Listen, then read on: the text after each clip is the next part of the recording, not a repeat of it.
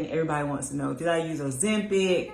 The other, I'm excited about 2 pounds I had were not the right trends. You have to be serious. It really was not losing that much weight that fast, or just really not losing that much weight, but I was gaining something about it. So that's why being real with yourself and getting real with yourself is so important. Ever want to lose weight or be better for somebody else, do it for you, because you deserve to be your best. And yes, and if you keep tracking, you will see where you would just, it kind of has been all over the place. But this is talking about how I lost weight. It was 8:30 on the evening of March 22nd, 2025, when a 911 call shattered the quiet of Cheney Drive in Garner, North Carolina. The line crackled with tension before abruptly going dead, leaving dispatchers staring at their screens in confusion. Following protocol, they immediately called back the number. A man's voice answered, calm, controlled, almost irritated. "I didn't call you." 53-year-old Christopher Pugh insisted to the dispatcher, "There's no emergency here." But as he spoke those words, something bone-chilling happened in the background. Another voice cut through the silence, desperate, terrified, unmistakably female. "Help me. Please help me." The woman's voice was raw with fear, each word dripping with panic that no amount of denial could mask. This was 54-year-old Teresa Adams Pugh, and these would be among her final words. While her husband continued his calm conversation with emergency services, claiming everything was fine, Teresa's pleas painted a horrifying different reality. When first responders arrived at the scene, the nightmare was far from over. Through the walls of what neighbors described as a loving home, they heard the unmistakable sound of gunshots. By the time law enforcement could legally enter the residence, both Christopher and Teresa lay dead, victims of a murder-suicide that would leave an entire community questioning everything they thought they knew about the couple next door. What you just heard wasn't the end of a troubled marriage. It was the shocking conclusion to what everyone believed was a perfect 20-year union. Teresa Adams Pugh wasn't just any victim of domestic violence. She was a popular online Christian marriage counselor who had dedicated her life to helping other couples build strong, lasting relationships. The cruel irony cuts deep. A woman who guided others toward marital happiness was killed by the very man everyone thought adored her. Christopher Pugh was described by family members as the ideal husband.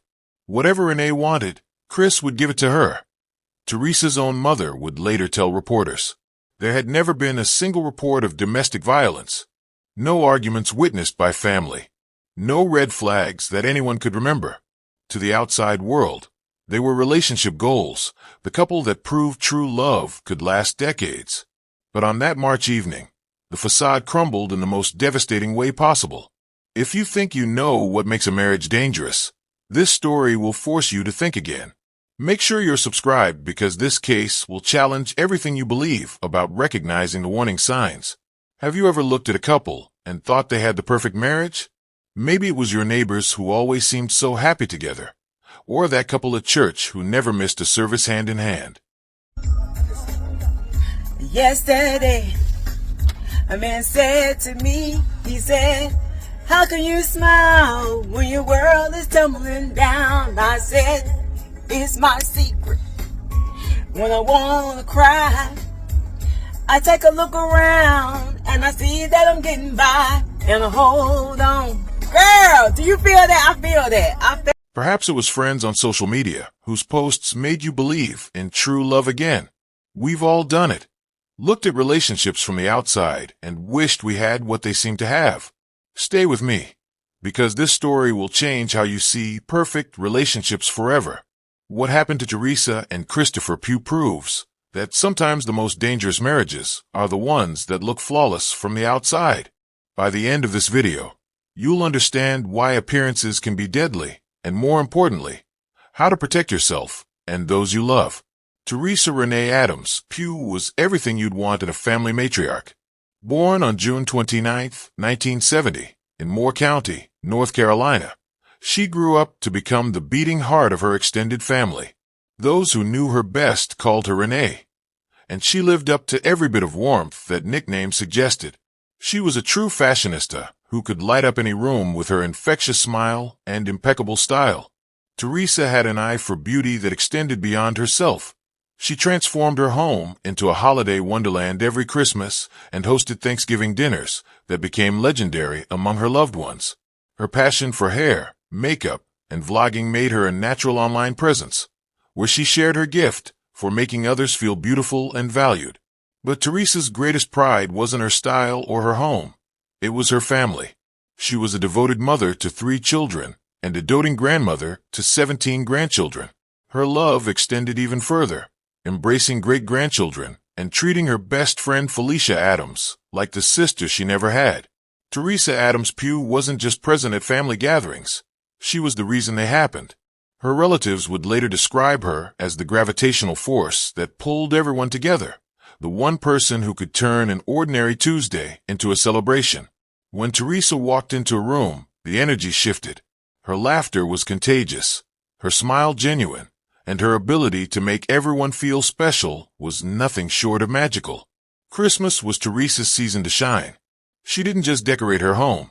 She transformed it into a winter wonderland that neighbors would drive by just to admire. Every ornament had a story. Every light was perfectly placed, and every corner radiated the warmth she carried in her heart. Her Christmas parties became annual traditions that family members planned their entire holiday schedules around. But Teresa's flair for beauty extended far beyond seasonal decorating. She was a true fashionista who understood that style wasn't about expensive clothes. It was about confidence and self-expression. Her love for hair and makeup wasn't vanity, it was artistry. She had a gift for helping others see their own beauty, whether through her vlogging or simply by the way she made people feel when they were around her. Teresa believed everyone deserved to feel beautiful, and she made that belief her personal mission. Teresa's heart belonged entirely to her family. She was the proud mother of Brian Adams, Lamika Adams, and DeMarcus Adams, 3 children who inherited her warmth and strength. But her love multiplied exponentially when she became a grandmother. 17 grandchildren called her their own, and she knew each of their dreams, fears, and favorite snacks by heart. Her granddaughter Dania Adams Smith would later recall how Teresa always pushed them to be their best. She just wanted us to be the best we could be. You could tell. Dania remembered. Teresa was especially proud that Dania was heading to North Carolina A&T University in the fall of 2025, a milestone she would tragically never see. The family faced devastating heartbreak in 2020 when Teresa lost her son Adrian Adams. The grief was overwhelming, but Teresa's faith and the support of her extended family helped her navigate the darkest period of her life. Even in her pain, she remained the cornerstone that held everyone together, proving that her strength ran deeper than anyone could have imagined. Teresa built her professional life on the same foundation of dedication that defined her personal relationships. She spent many years as a manager at ARS, demonstrating the leadership skills that came naturally to her. Later, she returned to work at UPS, showing her adaptability and strong work ethic that never wavered regardless of the circumstances. Her spiritual life was equally important. Teresa was a lifelong, active member of St. Anna Free Will Baptist Church, where she served as secretary and participated in auxiliary groups, including St. Anna No. 2. Total surprise. Unexpected, like. He adored her. Whatever Renee wanted, Chris would give it to her. Marion Shaw is still coming to grips with the fact that she'll never see her oldest daughter, Teresa Adams Pugh, again. The family called her Ree.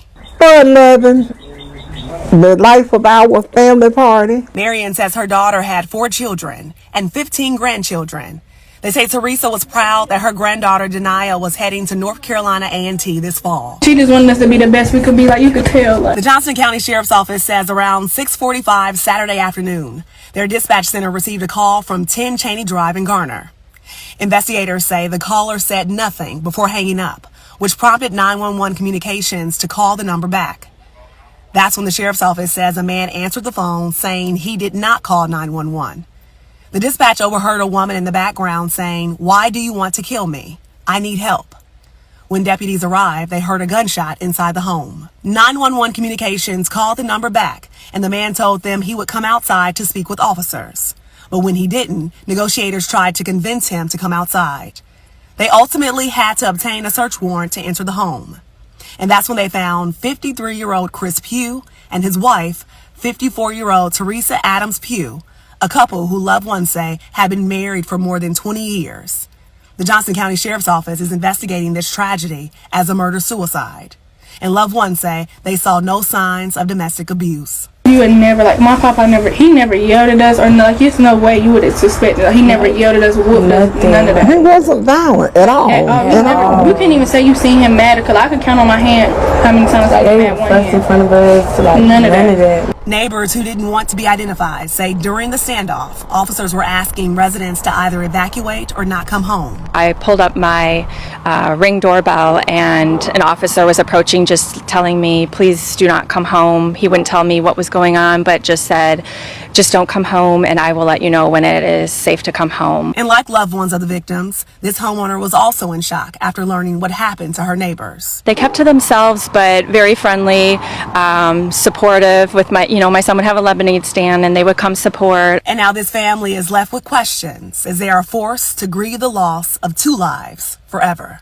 Chris was a good man. I'm not going to say that he just did the wrong thing.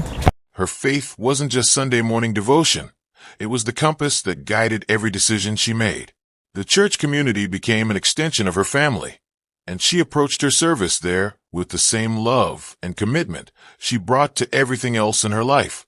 Teresa's influence extended far beyond her immediate family and church walls. In her Johnston County neighborhood, she and Christopher were known as the couple who created a welcoming, festive atmosphere that made everyone feel at home. Neighbors would later recall how supportive they were, always ready to encourage a child's lemonade stand or lend a helping hand when needed. Her warm personality left lasting impressions on everyone she encountered. Co-workers, church members, and casual acquaintances all shared similar stories. Teresa had a gift for making people feel seen and valued. She remembered names, asked about family members, and celebrated others' successes as if they were her own.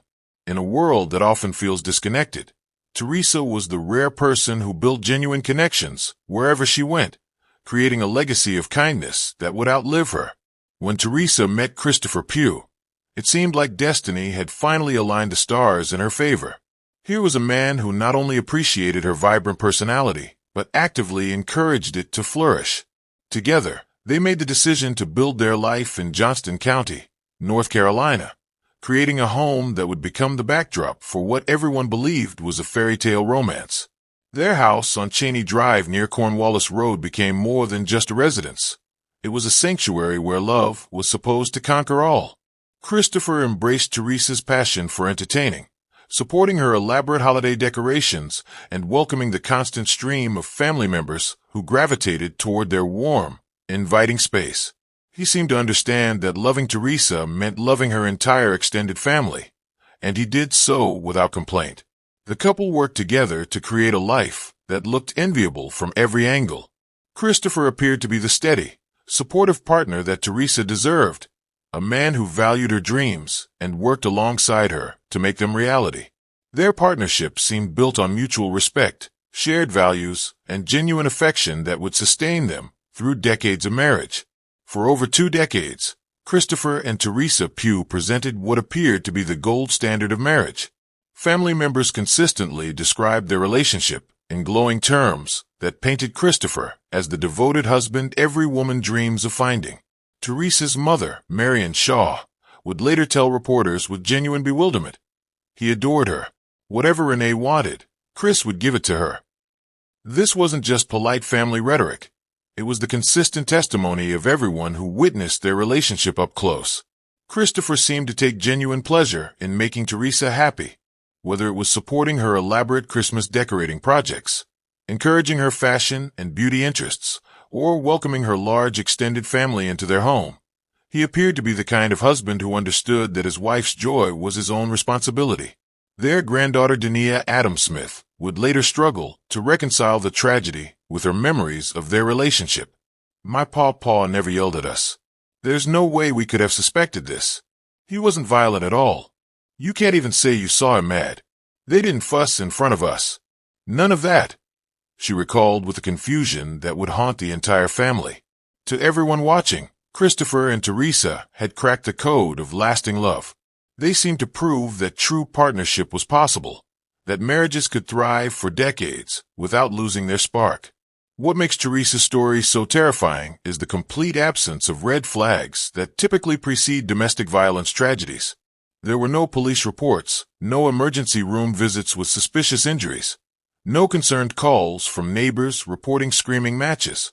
The Johnston County Sheriff's Office had never been called to the Pugh residence for domestic disputes.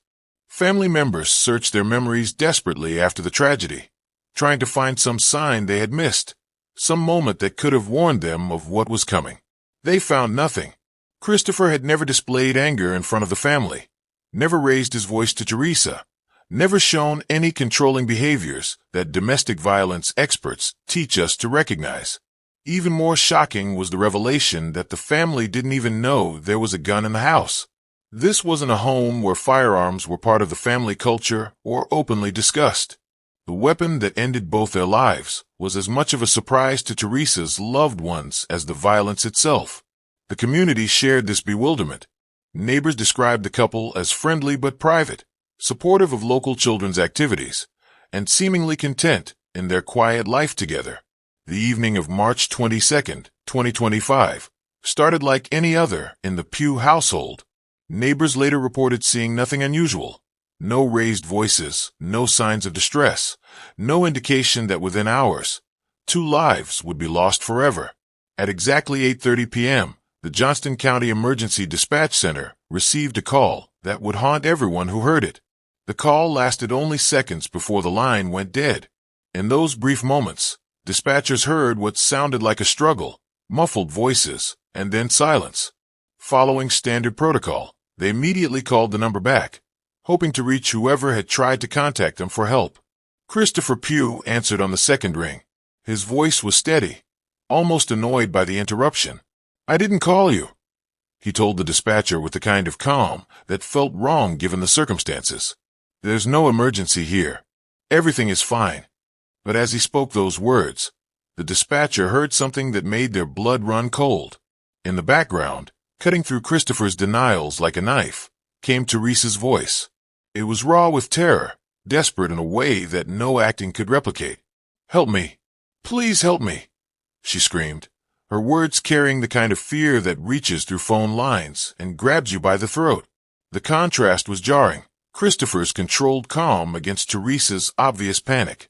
The dispatcher tried to keep Christopher on the line, asking questions, trying to understand what was happening. But Christopher maintained his story. No emergency. No problem. Just a mistake. Meanwhile, Teresa's pleas continued in the background, growing more desperate with each passing second. Those would be among the last words Teresa Adams Pugh would ever speak, captured forever in a recording that would later serve as evidence of her final, terrifying moments. The 911 call triggered an immediate emergency response, but what happened next would become a source of frustration and heartbreak for Teresa's family. First responders rushed to the scene on Cheney Drive, their sirens cutting through the quiet neighborhood as concerned neighbors peered through their windows, wondering what could be wrong at the Pugh house. When officers arrived, they faced a legal and tactical nightmare. They could hear sounds from inside the house that suggested immediate danger, but without a search warrant, they couldn't legally enter the home. Hey y'all, so I just pulled up at the electrolysis. So if you see some hair, your girl about to go take care of it. But I wanted to come on and do a PSA. This is going to be quick. And this is for 50, I'm going to say from 50 all the way to 100.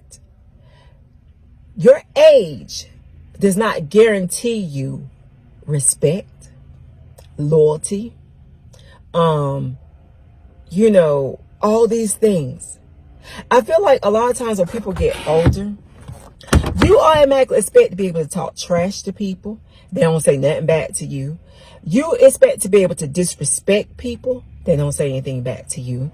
Let me tell you. Let me tell you this. I got to go in here right quick. But I just want to say, when you get a certain age as the matriarch or, whatever of your family, I'm talking to you men too, not just the women, you cannot stay in a bunch of mess all the time. You cannot disrespect people. You cannot be the author of confusion and expect people to, just because of your age, treat you like you're up on a pedestal. Oftentimes, younger people, let me look at the time because I got to be here in a few minutes. Oftentimes, younger people will mimic what they see you do because of your age. And if you're around here raising hell, cussing people out, ready to fight people at the drop of a dime, don't expect, because of your age, for them to hold you with the utmost respect. What are you showing people? What about your life is on display for other people to see? That's the question that we 50-year plus people need to be asking ourselves. How are we showing up to the world? How are we showing up to our children, our grandchildren? A lot of y'all got grandchildren and you run around here and act like your grandchildren, worse than them. How are we showing up to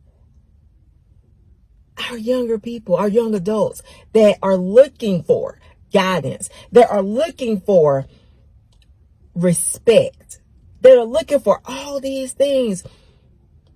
What are we doing? What are we showing up? How are we showing up? That's something we need to ask ourselves on a daily basis. We need to sit back and peel back the layers. Your age does not give you permission to be the author of confusion. Your age does not give you permission to ruin people's lives and think that there's no kickback from it. There's no kickback. People get tired. People get tired of your ish, okay? People get tired of your ish. And because you 65, 70, 55, that don't mean that they got to overlook you and your stuff. It doesn't. You know, all my life I heard people say, oh, you know, that's just how they are. That's just what they do. They don't pay them no attention. No, time out for that. Time out for that, because respect go both ways. Respect go both ways, baby. Let me tell you something. Y'all old people need to stop your shit. I'm going to say it. Need to stop your shit. Get in line and get in order so that the younger people will have something to look forward to, a canvas. No, it ain't going to be perfect. It's not going to be perfect. But you can't run around here raising hell all the time, starting trouble and confusion. If you are in a mess all the time, trust me, it's not other people. It's not. If there is always confusion falling on your doorstep, and it is always something, it's always something, check yourself. Don't try to check nobody else, boo. Check you. And I'm talking to the women and the men, because we all need to look at ourselves. What are you giving off? And somebody always raising hell with you? Why? Why? If you always into an argument, why? If somebody's always disrespecting you, why? Why? Y'all old folk need to get it. Old age. Don't think just because your age that you can just run around here and raise hell and wreak havoc on everybody that you come in contact with and say, oh, they disrespectful. Oh, they didn't, you know, I'm not messing with them no more. Oh, and then you can't nobody tell you nothing. Can't nobody tell you nothing. Let me tell you something. Somebody can always tell you something. You ain't perfect. You're not perfect. Girl, I gotta go in here and just let Charles says. But that girl, guy, whoever, this message for everybody. You're not perfect, baby. Stop thinking you are. And if somebody yank your chain, listen to what they saying, because everybody ain't wrong. Get your shit together and stop being an author of confusion. How about that? Okay? Teresa's extensive network of aunts, uncles, cousins, nieces, and nephews found themselves navigating uncharted territory of mourning. How do you celebrate the life of someone whose death was so violent? How do you find comfort and faith when the tragedy feels so senseless? The church community rallied around the family, offering prayers and support, but even their strongest faith was tested by the inexplicable nature of Teresa's death. Her best friend Felicia Adams, who had been like a sister to her, joined the chorus of voices trying to make sense of losing someone so central to their lives. Teresa's story forces us to confront one of the most dangerous myths about domestic violence, that it's always visible to those around us. We've been conditioned to look for bruises, black eyes, and obvious signs of physical abuse. But the reality is far more complex and terrifying. Domestic violence can exist in relationships that appear loving and supportive to everyone on the outside. Emotional and psychological abuse often precedes physical violence, but it can be so subtle that even the victim doesn't recognize it as abuse. Financial control can be presented as responsible money management. These forms of abuse leave no visible marks, but can be just as devastating as physical violence. What makes Teresa's case particularly frightening is that there may have been no traditional abuse pattern at all. Sometimes, domestic violence erupts suddenly from someone who has never shown violent tendencies before. Mental health crises, major life stressors, or substance abuse can trigger violence in people who have no history of aggression. This reality means that even the most vigilant friends and family members can be caught completely off guard. The absence of warning signs doesn't mean the danger wasn't real. It means the danger was invisible until it became deadly.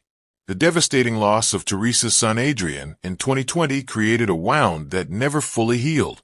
Grief affects people differently, and while Teresa seemed to navigate her loss with the support of her faith and family, we may never know how deeply Christopher was affected by watching the woman he loved suffer through such profound pain. Mental health struggles often remain hidden, especially in men who feel societal pressure to appear strong and in control. Depression, anxiety, and trauma can build silently for years before reaching a breaking point. The stigma surrounding mental health issues, particularly in certain communities and age groups, can prevent people from seeking the help they desperately need. Christopher may have been battling demons that no one knew existed. Financial stress, health concerns, work pressures, or other personal struggles could have been mounting beneath the surface of their seemingly perfect life. Without professional intervention or even acknowledgement that a problem existed, these internal battles can reach a crisis point where rational thinking becomes impossible. The tragedy is that help was available, if only anyone had known it was needed. The presence of a firearm in the Pugh household transformed what might have been a domestic dispute into a double homicide in a matter of seconds. This is the terrifying reality of gun violence in domestic situations. Weapons turn arguments into tragedies with no opportunity for cooling down, reconciliation, or escape. Statistics show that domestic violence situations are 5 times more likely to be fatal when a gun is present in the home. Unlike other forms of violence that require physical strength or proximity, firearms make it possible for anyone to inflict deadly harm instantly and from a distance. There's no taking back a gunshot, no chance for second thoughts once the trigger is pulled. The fact that Teresa's family didn't even know Christopher owned a weapon highlights another dangerous reality. Many people keep firearms without discussing them with their loved ones.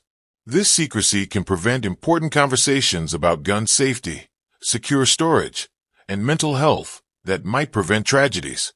When domestic situations escalate and weapons are easily accessible, the window between conflict and catastrophe can be measured in seconds rather than the hours or days that might allow for intervention and de-escalation.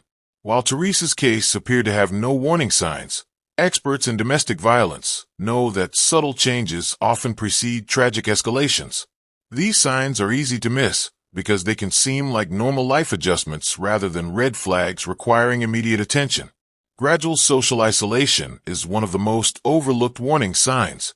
When someone slowly stops attending family gatherings, church events, or social activities they once enjoyed, it might indicate growing control or internal struggles.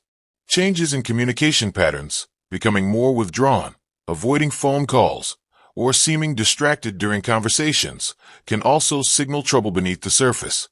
Mood shifts that seem out of character deserve attention, especially when they involve increased irritability, sudden anger over minor issues, or periods of unusual silence.